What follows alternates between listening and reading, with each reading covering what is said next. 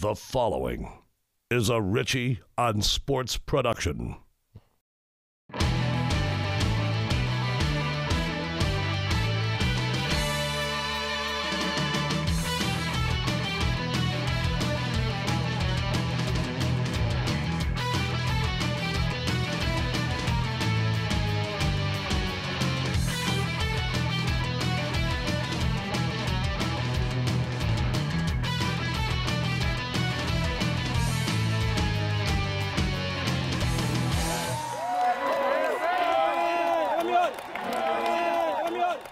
Hello, everyone, and welcome to the debut of NOLACatholicLeague.com. I'm Eric Richey, and pleased to be joined by Holy Cross head coach Barry Wilson. After over 3 decades as a collegiate coach, he's now been back at his alma mater for close to 12. And, Coach, congratulations, first of all, on a tremendous start to this season, 6-0, currently ranked 8th in the latest 5A polls. Yeah, we're really pleased with that, and I tell you what, looking forward to the next 4 games. Before we look ahead, let's take a look back a little bit, and we'll start with the highlights. Of course, the rivalry, your matchup with Jesuit. You've been playing this the longest continuous series since, 1922? You were a player and obviously now a coach for this series. What is this rivalry all about? What does it mean, and how is it so intense year after year? Well, I think each team, growing up, you knew about Jesuit even when you were a real young kid. And I was in the lower 9th Ward. Raised in the lower 9th Ward, and when I'd played Jesuit, it just seemed to be so intense, and you wanted to beat him. At that time, Rusty Staub was actually playing baseball, and we would playing football, had a football team, and I used to get him on baseball, but he was such a great baseball player, he beat the heck out of us. But I tell you what, I enjoyed it.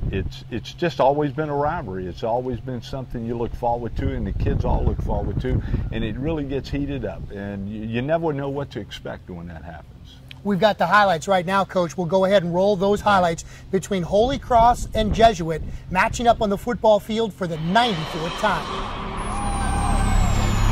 13-3 at the half, but this run by Charles Jackson, indicative of the type of grit and determination both teams had on this night. Jesuit quarterback Trey LaForge connecting with Kalijah Lipscomb, but Matt Collette and Kyle Myers stopping Lipscomb short of the goal. That would set up a short field goal attempt from Crew Jacobs, and from 20 yards out, it's good. Blue Jays cut the lead to 13-6. On the night, Holy Cross quarterback James Tabery was 21 of 34, 265 yards. 8 of those completions for 174 yards went to Michael Chigbu.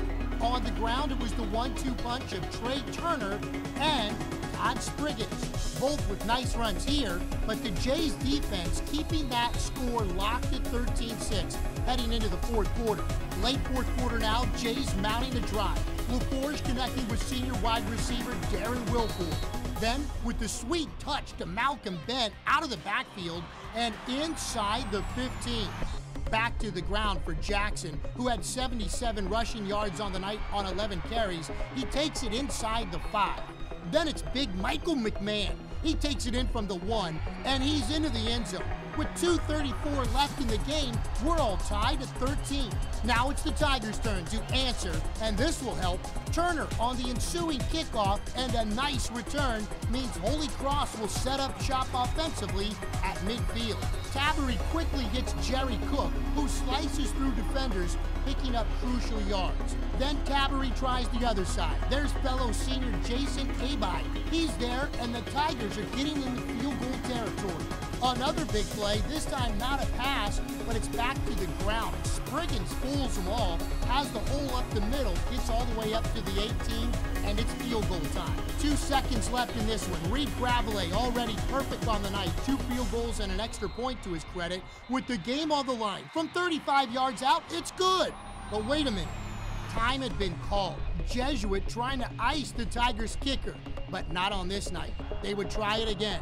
Gravelet will try, no whistle this time. His 35-yarder is good for the win. After 5 straight losses to Jesuit, Holy Cross captures the rivalry in dramatic fashion. 16-13 the final, moving to 6-0 on the season. Jesuit at 3-3. So the Reed Gravelet field goal wins it 16-13. you don't care about how big the score is. You care about that you won. Right, that's the most important thing, and we were striving to win. Jesuit did a real good job of stuffing the run on us, and we had a lot of injuries up front with our offensive line, so they did a good job with that. Other than that, I thought our passing game was superior and superb. I thought we did a good job of moving the ball when we had to, and at the end, that's what we told them. Fellas, if you just get us down there around the 25-yard line, we have a chance to win this with Reed, because we have so much confidence in him. The kid has been fantastic and so accurate, it's unreal. And sure enough, he gave us everything we needed. It was great. He did it actually twice. Jesuit sidelines iced him once the first time, but he was true the second time. It's time for our first break here on NOLACatholicLeague.com. When we return, more with head coach Barry Wilson as we look ahead at the Tigers' schedule and look around the Catholic League as well for some tremendous rivalry games in Week 1. We'll be right back. When you're driving down the road and you hear this noise, what do? It's simple. You call LaPlace Glass at 985-652-4222. Give the make and model of your vehicle, tell them whether you're going through your insurance company, and let the professional staff at LaPlace Glass take it from there. Go ahead and relax. It's a painless process. LaPlace Glass. Give us a break. We'll fix it. At MyHealthInsuranceLady.com, we offer online quotes for Blue Cross, Humana, and Coventry, just to name a few. That's My Health Insurance Lady. We offer you expert advice on choosing a plan that's right for you and your family. That's My Health Insurance Lady. So go to MyHealthInsuranceLady.com for your health insurance needs. That's My Health Insurance Lady. MyHealthInsuranceLady.com.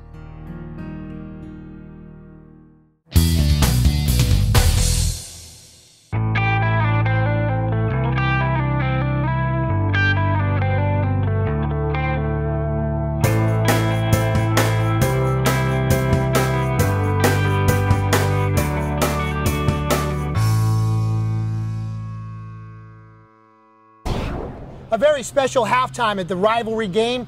The members from the 1963 rivalry between both Jesuit and Holy Cross, they actually played twice that year. Once in the regular season, once for a state championship, and Holy Cross won both times. Welcome back to the NOLACatholicLeague.com's debut TV show on Cox 4. Eric Richey alongside Holy Cross head coach Barry Wilson. You were a senior on that team, playing Jesuit twice and winning a state championship. Yeah, it was very unique. It was the first time that we had two Catholic teams, or just two out of our district, go in one in each different bracket.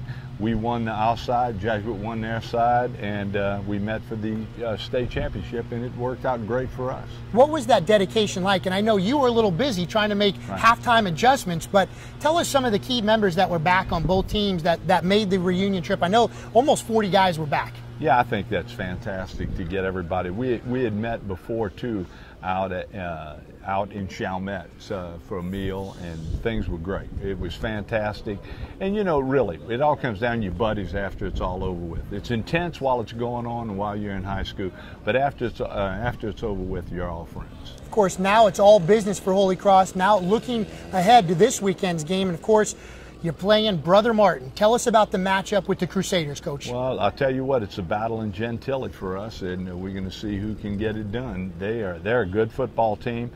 We think they're getting better every week as you see them. Now we have to go out and play a difficult game, and hopefully we can match up with them pretty good.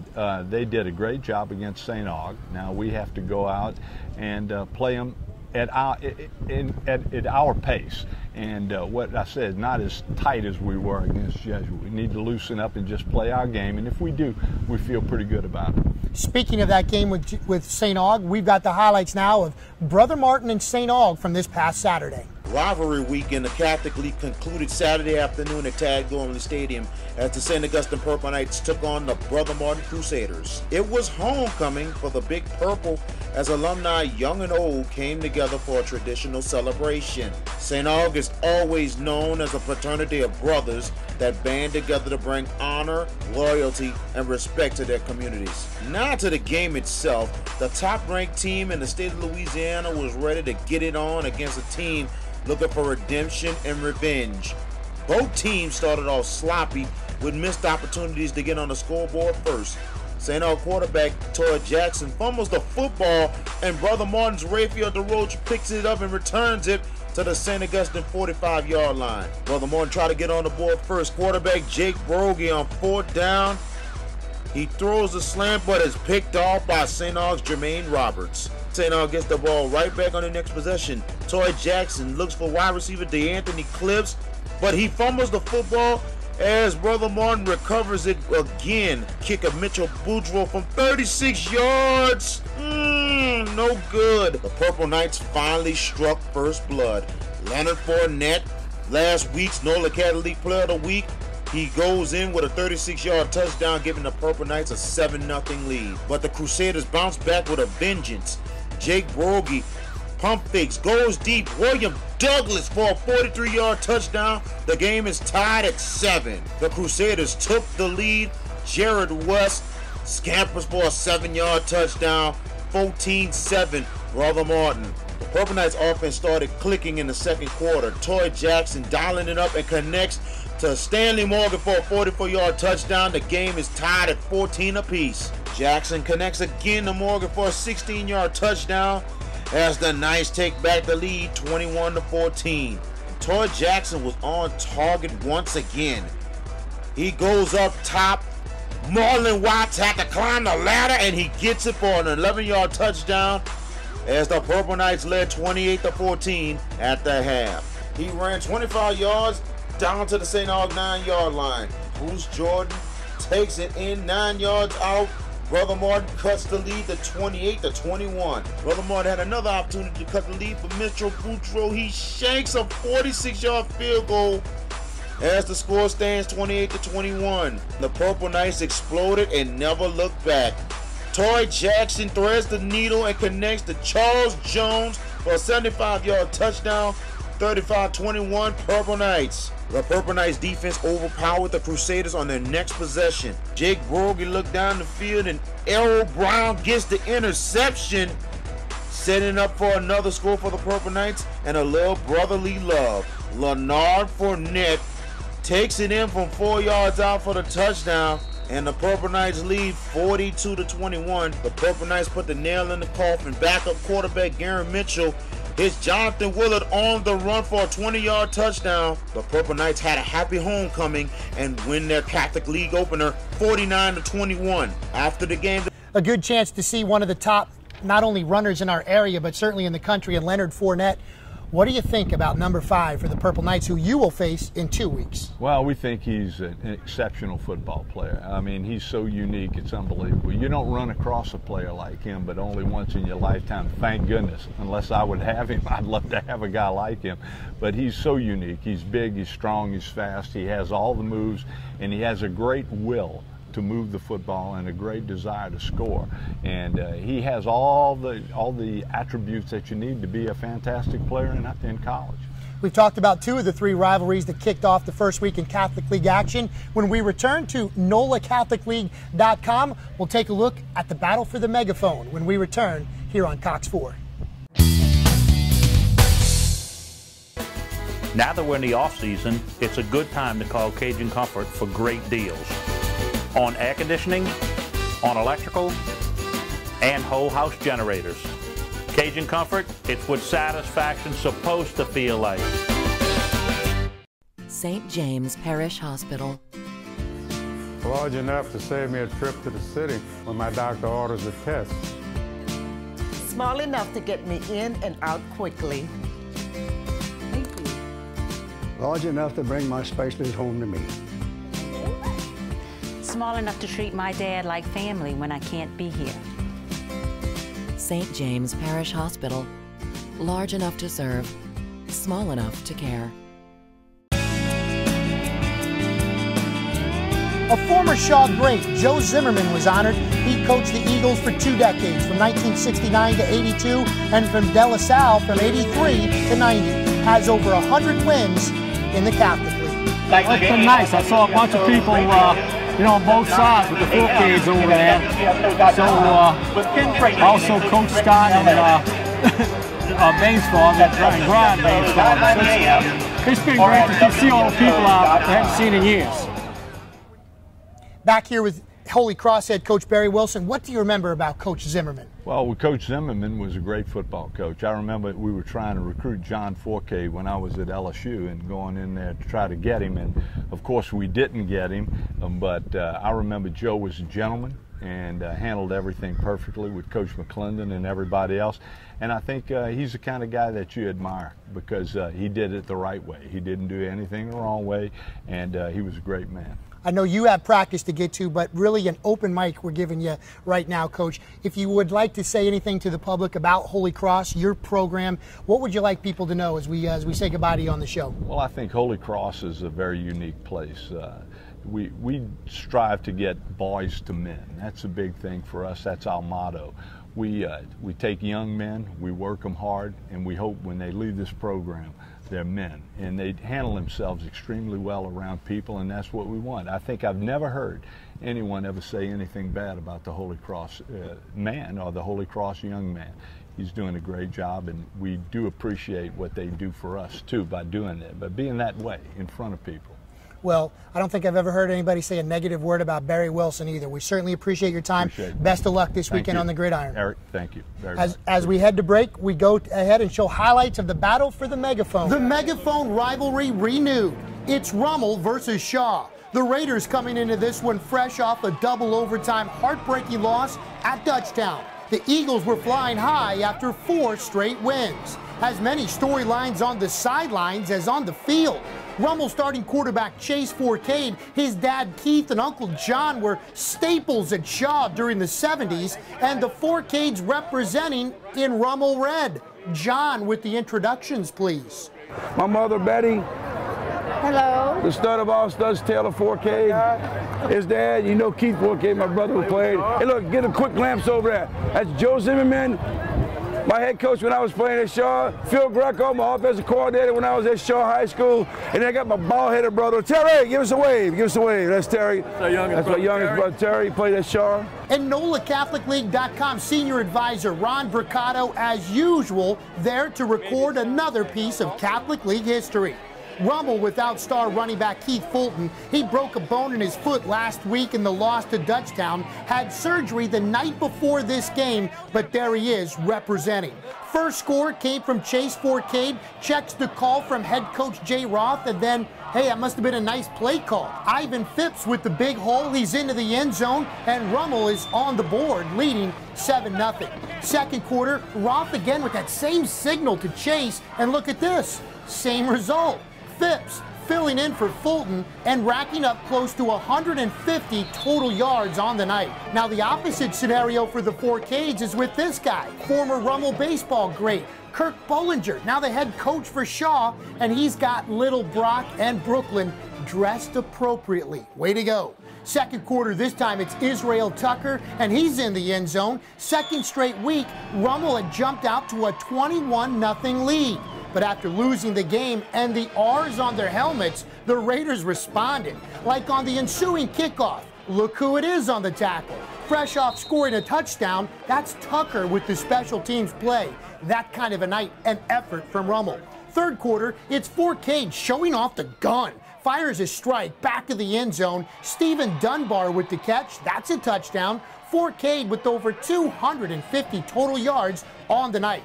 Let's go back to the sidelines, and hey, that's former Shaw great and current LSU center Elliott Porter getting a chance to see his little brother, Devin. That's him, number 90 on the tackle, stopping Forcade. Now, speaking of defense, Rummel certainly came to play.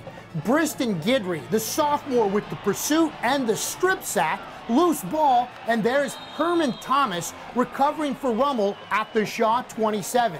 That drive would stall, but that's okay. Justin Moraine will give it a crack, and that field goal is good. It's 31-0 Rummel.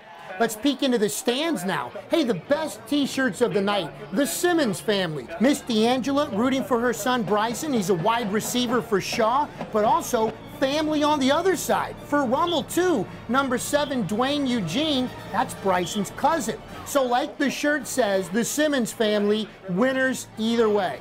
Final score of the night, and fittingly, it would come from the Rummel defense. Christian Fulton, he picks off the pass. 27 yards later, he's into the end zone for the final touchdown of the night. 38-0 is your final. It was a good game. It was great to have the rivalry back, Eric.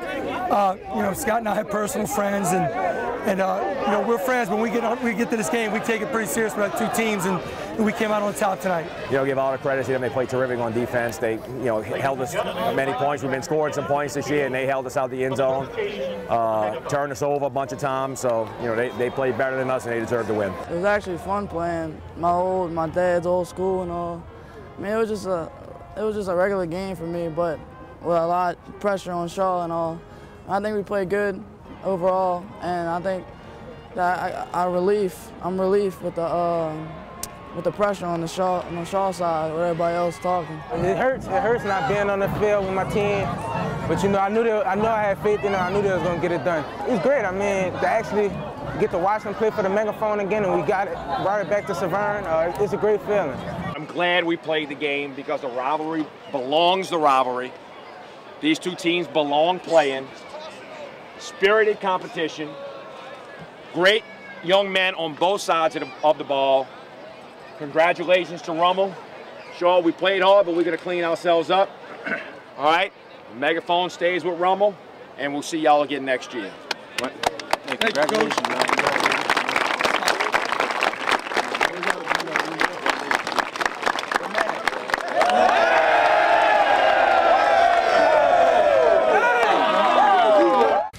Brock's Automotive and Tire Center is your one-stop shop for all your vehicle's needs. Our experienced certified auto techs offer full service on all makes and models, alignment, state inspections and brake tags, and a major selection of tires. For complete state-of-the-art auto repairs, AC work, and computer diagnostics. We're right along the river in Reserve.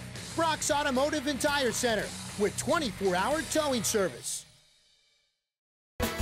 Now that we're in the off-season, it's a good time to call Cajun Comfort for great deals on air conditioning, on electrical, and whole house generators. Cajun Comfort, it's what satisfaction's supposed to feel like. When you're driving down the road and you hear this noise, what do? It's simple. You call LaPlace Glass at 985-652-4222. Give the make and model of your vehicle, tell them whether you're going through your insurance company, and let the professional staff at LaPlace Glass take it from there. Go ahead and relax. It's a painless process. LaPlace Glass. Give us a break. We'll fix it. Holy Cross Athletic Director Mike Boujol is on deck, but up next, let's go over to the practice field, where VK Jones is standing by with our NOLACatholicLeague.com Player of the Week. Thanks, Eric. We're here on the fields of Holy Cross High School for the NOLACatholicLeague.com Player of the Week. We've been awarding it for the last 5 weeks, including one of the best players in the nation, Leonard Fournette of St. Augustine. This time, we have a Holy Cross Tiger who will get the Player of the Week, and it's a kicker, Reed Gravelay. How you doing, Reed? Congratulations for the Player of the Week. And I got a couple questions to ask you. One, how did you feel that you had to step up in a game against Jesuit, especially the way you had to be called, looking like more of a defensive game, and you had to prepare yourself for a moment like this? I was pretty prepared. We practiced kicks during the game, and it seemed as if it was just another regular kick that I'm used to making. Well, I know it's like you had 3 field goals. You was 3 for 3, including the game winner. I know you had to be a little bit nervous, especially the first time you kicked it, and then all of a sudden Jesuit called the timeout to freeze you. Were you a little bit nervous, and how did you just come through on the second one with flying colors? Well, I expected that they would freeze me because, as any team does, freeze a kicker. So I told my players just go through it, and we'll get another one, so it'll be like a free shot, maybe. Well, I got one more question for you. How much of this victory means to your school? I know you haven't beaten Jesuit in a while, but this is one of the biggest rivalries in America. Right. It's a very, very good feeling to beat Jesuit finally, man, after 5 years of losing to them. Glad to bring it home to Holy Cross. Reed Gravelay, I got to congratulate to you for week number 6's NOLACatholicLeague.com Player of the Week. So we appreciate you joining us. I'm VK Jones out here at Holy Cross. Back to you, Eric. A very happy man, Mike Bujold, holding up the golden football, the victorious manner. Welcome to the program, Coach, and certainly thank you so much for having us out here. And what was it like after that win against Jesuit to hold up that traditional trophy? Well, it was surreal, actually, when the students rushed the field and the enthusiasm was just bubbling over. You know, it was a moment. You brought chills to your body. It was wonderful. Now in his third year here as the athletic director, Mike, what's it been like? What's the transition from 28 years at UNO in the collegiate scene here to high school and watching Holy Cross continue to grow in these beautiful facilities? It's been different. It's been different. The collegiate setting and the high school setting have a lot of similarities, but there's much more parental involvement in the high school area. Much more involvement with game management and things like that than we had in the college era. You know, watching this place grow just in 3 short years, you know, not only has the buildings come out the ground, but the programs have really sprouted. And it's really been fun to be a part of that. It's certainly a win away from a Class 4A state championship appearance last year, undefeated and state ranked again. What is your whole take on what this football team has been able to accomplish in these past 2 seasons? Hard work, hard work. I watched these young men work in the weight room in the summertime before school. They get here at 6 a.m. in the morning. They're very dedicated, very committed. I think, you know, our weight room has been the difference in our success. We hired a new strength and conditioning coach, Coach Giglio, and he's made a difference with our people. When you think of Holy Cross, not only do you think of football, but certainly wrestling, 25 state titles, 207 individual state champions as well, almost 200 state runner-ups as well. That's amazing when you think of not just football, but so many other sports that you're in charge of here. Yes, wrestling actually is our largest sport here. You know, we start actually in the junior high level all the way down to 5th grade. Wrestling has over 120, 130 kids participating, and it's a strong, strong program. You know, we're defending state champions this year and looking forward to getting back in the Catholic League in wrestling and see what we can do against Brother Martin, Rummel, Jesuit. Like we did with Coach Wilson, kind of an open mic, and I know you have open house coming up here real soon as well, but what would you like people to know about Holy Cross and I guess even the athletic program as a whole? Well, the one thing I try to message I try to give is that, you know, everyone always talks about how beautiful our campus is, and there's no denying that. But what's more impressive about this campus is the people that are within it. When I first came here and was interviewing for the job, you know, I was impressed by the buildings, but it's the administration here, the coaches, the students, the teachers that really care about what they're doing, and they have been so committed. After I hear the story of Katrina, what they did 15 days later, they're back up and running. The commitment by the administration here is incredible. Yeah, the first football team to be back after Katrina, yes. Just weeks after, of course, in 2005, played a 7-game season, beat Jesuit that year, even played the rivalry series. Well, we certainly appreciate your time, and thanks for hosting us on our debut show. Thank you. Mike Bujold and Barry Wilson, our first guest here, and of course, we're going to take you all the way to the state championship, and certainly want to appreciate everyone associated with the show as well. That will do it. I'm Eric Richey. Be sure to log on to NOLACatholicLeague.com for more, but for now, for Mike and for Coach Wilson, I'm Eric Richey. So long, everyone.